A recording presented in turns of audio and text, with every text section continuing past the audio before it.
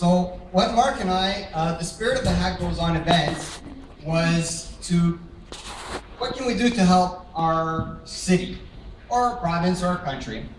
And Mark and I decided to create a project called Toronto Changes. And Changes sort of has a bit of a double entendre, meaning the changes that Toronto is facing and how Toronto is changing by using the data sets that are presented. Actually, do you mind pulling up the the development page for toronto.ca? I think you should just go to toronto.ca. You'll be able to sort of navigate through it or do a search. It's like toronto.ca/development or something along those lines. What's that?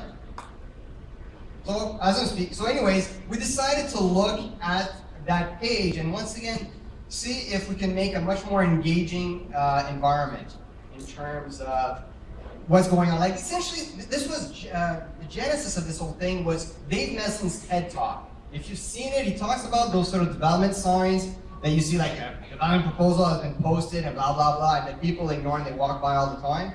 We wanted to give context and meaning to those. You know, get notifications as to what they were all about. Where are the actual meetings? If you're in this ward, maybe you want to find out exactly what's going on. You don't really care so much about what's going on in Scarborough, but you'd like to be notified what's taking place in your community. And, well, I forgot what my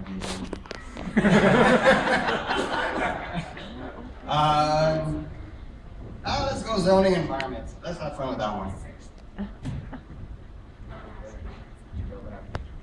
There you go.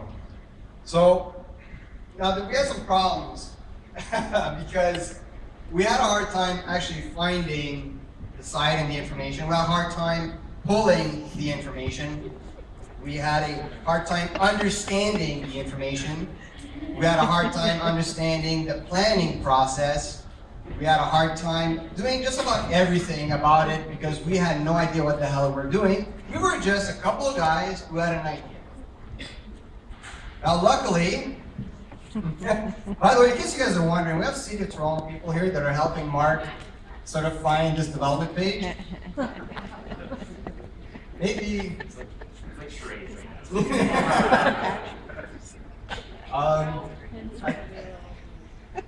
actually, go right here. Application information, yeah. There you go. Booyah! So if you could pull up a result real quick. So essentially, we wanted to pull this data down. And we were having a hell of a time. So we decided to first, this is what pretty much prompted it. Me, Mark, and another gentleman by the name of Morgan Pierce, that you're probably familiar with, and with the help of Bianca and a couple of calls as well during these Hack Goes On events, we tried to jot down on a whiteboard the actual planning process of development. Because before we can find the engagement points, we need to understand the process. And I think we did an okay job because we sent out the tweet to the City of Toronto, to the engagement team, to Jennifer Keesmaat, and to City Planning TO, and they actually responded. I sent out the tweet, it was on a Saturday, obviously the Hack Goes On was on Saturday, and by Monday, I had an extraordinarily detailed email outlining where we were right, where we were wrong, what we were missing. And that email and that single tweet with the image of saying, please help us understand this, created, I think, I'm not sure if this meeting was always in the works, but it seems to have prompted another meeting with the city planners, with Open Data Day Toronto, with some development guys in the city, as well as some of the fanboys and activists like myself that are in the community, and actually sort of sitting in the same room, trying to get a better understanding of what was going on there. And we got some really interesting information and some great stuff that are coming out, although I wish I could tell, it's not my place to say, but they are trying some really new things to flatten out the process.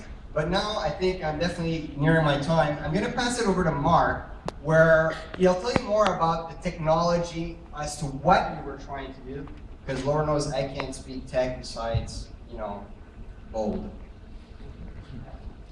Hi, so what we were trying to do was look at the site here. You can see everything's broken down by zoning allotments, which basically works out to each individual property.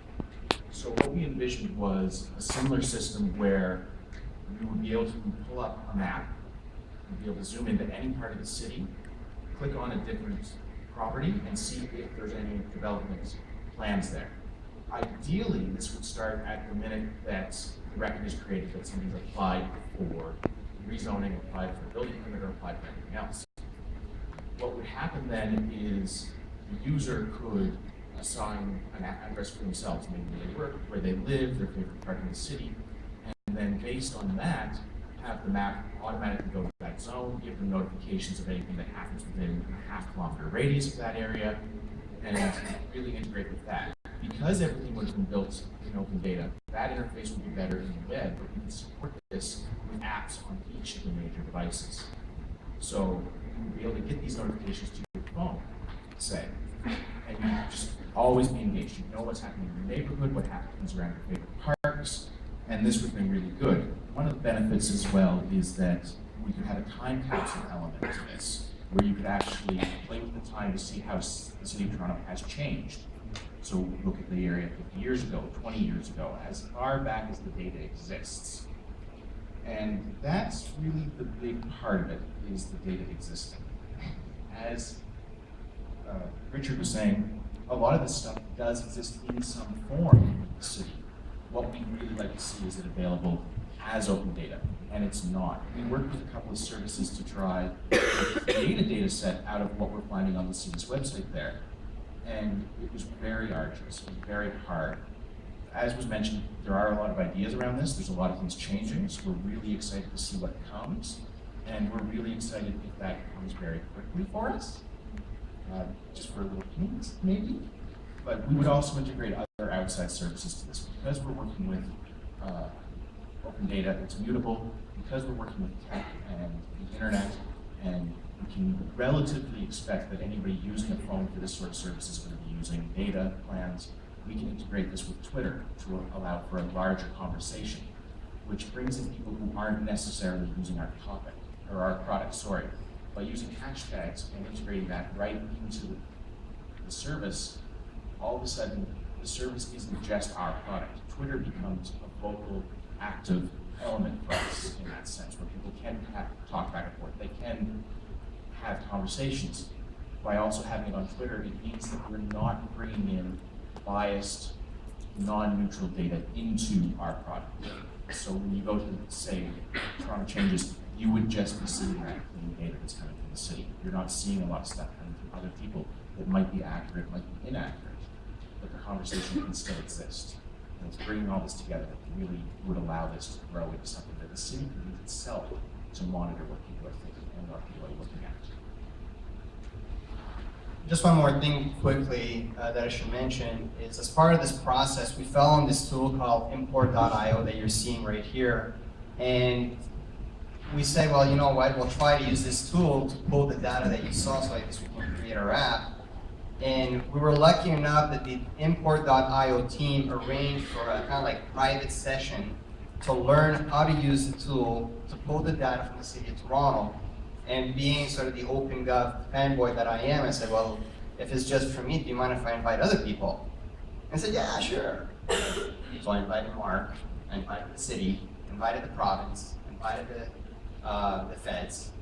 And there was about like 10 of us on this Google Hangout or whatever it was, the tool that they use. And we were all learning together on how to use this. Like, to me, that's open government. Like, I was actually learning with the city, the province, the feds, the community, the citizens. It was a fabulous experience. Unfortunately, the tool could not help us.